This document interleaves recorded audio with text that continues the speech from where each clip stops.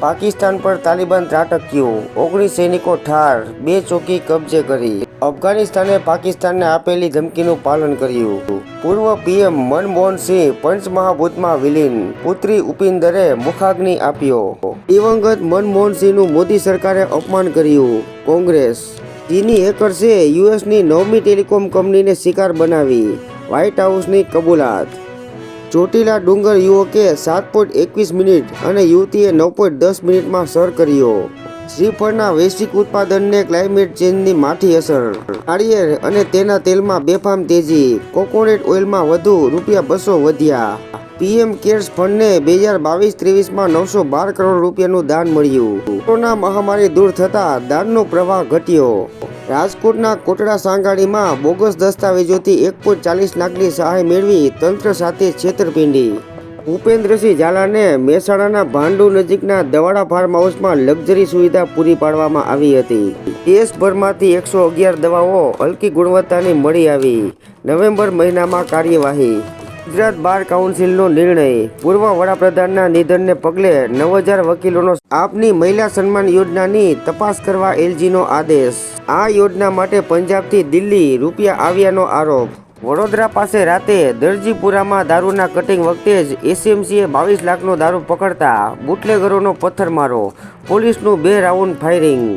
અમરેલીમાં letter bomb ફોડવામાં ભાજપના જ 4 કાર્યકર ઝડપાયા।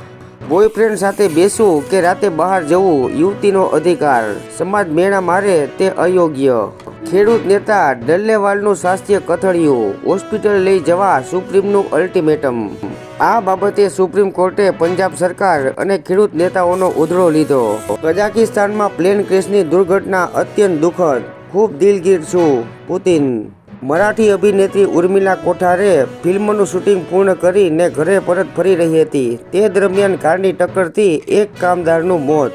₹6000 કરોડના બીજેટ ગ્રુપના કૌભાંડમાં મહાકૌભાંડી ભૂપેન્દ્રસિંહ ઝાલા 7 દિવસના પોલીસ રિમાન્ડ પર સોંપાયો।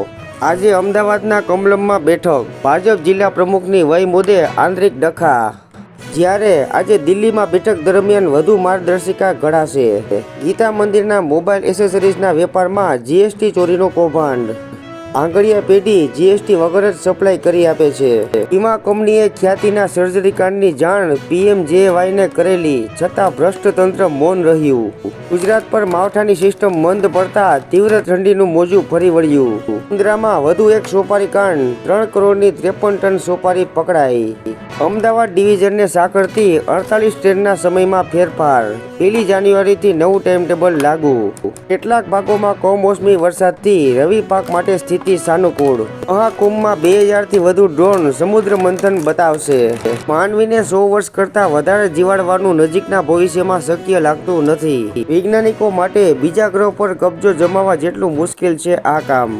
₹34 કરોડ ગ્રાન્ટ ફાળવાઈ છતાં ગુજરાતમાં ચેરના જંગલ ન સચવાયા। ટ્રમ્પની ટેરિફની ધમકીથી થથરેલા કેનેડાના 2 પ્રધાન અમેરિકા દોડી આવ્યા।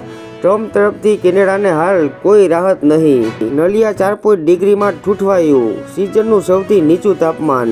વર્ષ 2000 પછીના સારસ્વતોને જૂની પેન્શન યોજનાનો લાભ અપાવવા ખાતરી। ગુજરાતમાં આ વર્ષે 1.62 લાખથી વધુ વ્યક્તિને માર્ગ અકસ્માતમાં ઈજા। બેંકોમાં માત્ર 3 મહિનામાં જ ગઠિયાઓએ ચિલ્ડ્રન બેંકની બનાવટી ચલણી નોટો જમા કરાવી દીધી। ત્રંબકેશ્વર મંદિરમાં 5મી જાન્યુઆરી સુધી વીઆઈપી દર્શન બંધ। રજાઓમાં ભાવિકોની ભીડ વધવા માંડી, એ દરમિયાન લેવાયેલો નિર્ણય।